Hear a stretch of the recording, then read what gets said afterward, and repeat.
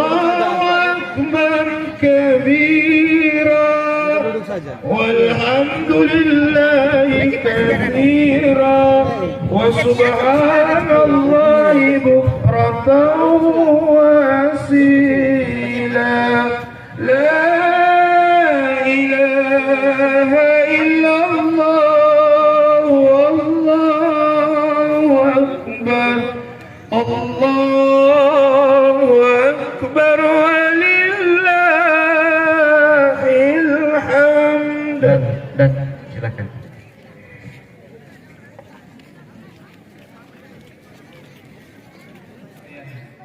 Yang pertama salat Idul Adha itu sendiri, kemudian yang kedua mendengarkan khutbah. Jadi Bapak Ibu yang dimuliakan Allah Subhanahu wa taala, setelah kita melaksanakan salat Id, jangan dulu beranjak dari tempat duduk. Mari kita sama-sama dengarkan khatib menyampaikan khutbahnya. Ma'asyiral muslimin, sidang jamaah yang dimuliakan Allah Subhanahu wa taala. Yang pertama, tata cara pelaksanaan salat. Diawali dengan niat usalli sunnat Idul Adha rak'atain mustaqbilal qiblati adaan ma'muman lillahi ta'ala. Allahu akbar. Seperti biasa takbiratul ihram. Allahu akbar kabira walhamdulillahi katsira sampai selesai. Kemudian pada rakaat pertama kita disunnahkan oleh baginda Rasulullah sallallahu alaihi wasallam takbir sebanyak 7 kali dan masing-masing takbir membaca subhanallah walhamdulillah wala ilaha illallah wallahu akbar. Kemudian membaca surah Al-Fatihah, surah-surah pilihan, kemudian ruku dengan tumakninah sampai selesai pada rakaat pertama.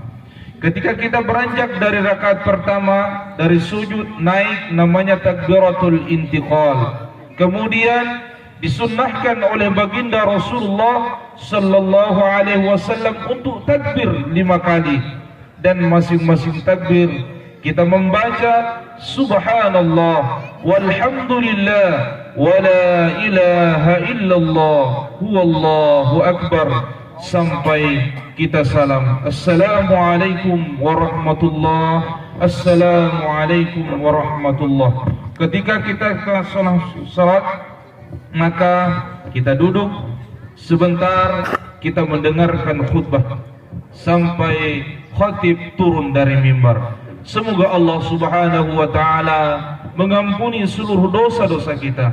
Semoga Allah Subhanahu wa taala merahmati, menyayangi, dan Allah jadikan kita semua kaum muslimin, terkhusus di kabupaten. Allahu akbar, Allahu akbar, Allahu akbar, Allahu akbar kabira, walhamdulillahi katsira, wa subhanallahi bukratan akbar, walillahil hamd. Ma'asyiral muslimin wal muslimat, sidang jamaah hari raya Idul Adha, semoga Allah Subhanahu wa taala merahmati kita semua. Alhamdulillahi rabbil alamin. Segala puji bagi Allah Subhanahu wa taala yang senantiasa menganugerahkan karunia, rahmat dan nikmatnya kepada kita semua. Nikmat iman dan Islam, nikmat sehat wal afiat, dan sekian banyak lagi nikmat-nikmat yang tidak mungkin bisa kita hidup wa ta'ala. Ibadah kurban itu bukanlah ibadah yang baru, tetapi ibadah kurban ini ada sejak adanya umat manusia di muka bumi ini, yaitu dimulai dari kehidupan Nabi pertama, Nabi Adam alaihi salam bersama keluarganya, sebagaimana dijelaskan dalam Al-Quran. Demikian pula di dalam hadis-hadis serta kisah-kisah yang lain, bahwa Nabi Adam memiliki 2 orang anak, yang bernama Qabil dan Habil. Keduanya diperintah oleh Allah Subhanahu wa ta'ala untuk melaksanakan kurban.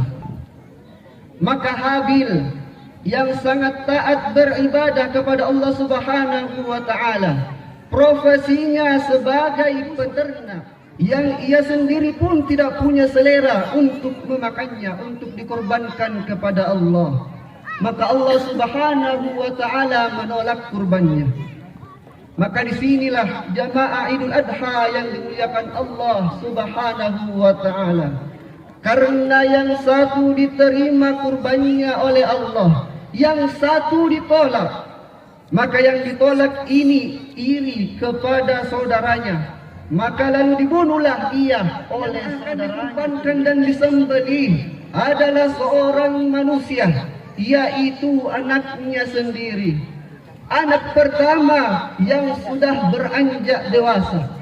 Allah Subhanahu wa ta'ala perintahkan Nabi Ibrahim alaihissalam untuk mengorbankan putra sematawayangnya lewat mimpi yang dialami oleh Nabi Ibrahim alaihissalam selama 3 malam berturut-turut.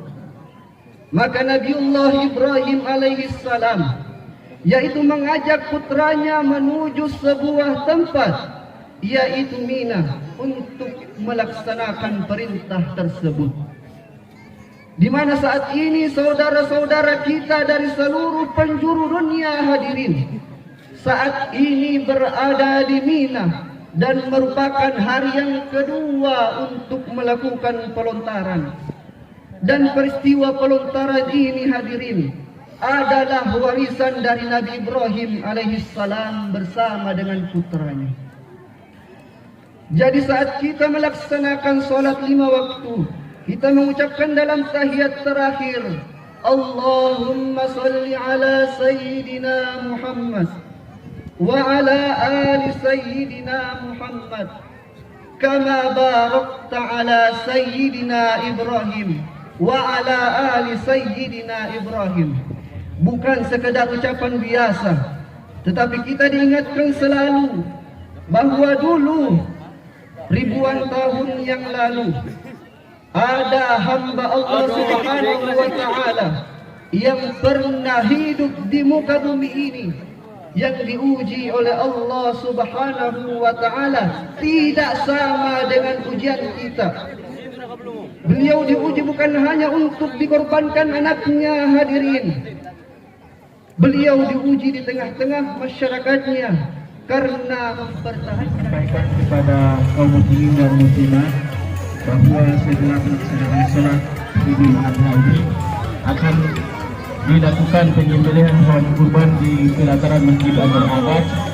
Maka dengan hormat panitia menyampaikan kehadiran Bapak Ibu yang selanjutnya disampaikan kepada seluruh kaum muslimin bahwa pelaksanaan penyembelihan hewan kurban akan dilaksanakan di 3 masjid, di Saiful Bukhari, di Masjid At-Tarbiyah dan di Masjid Agung. Bagi yang berkurban, silakan menuju ke tempat-tempat yang disebutkan tadi untuk menyaksikan dan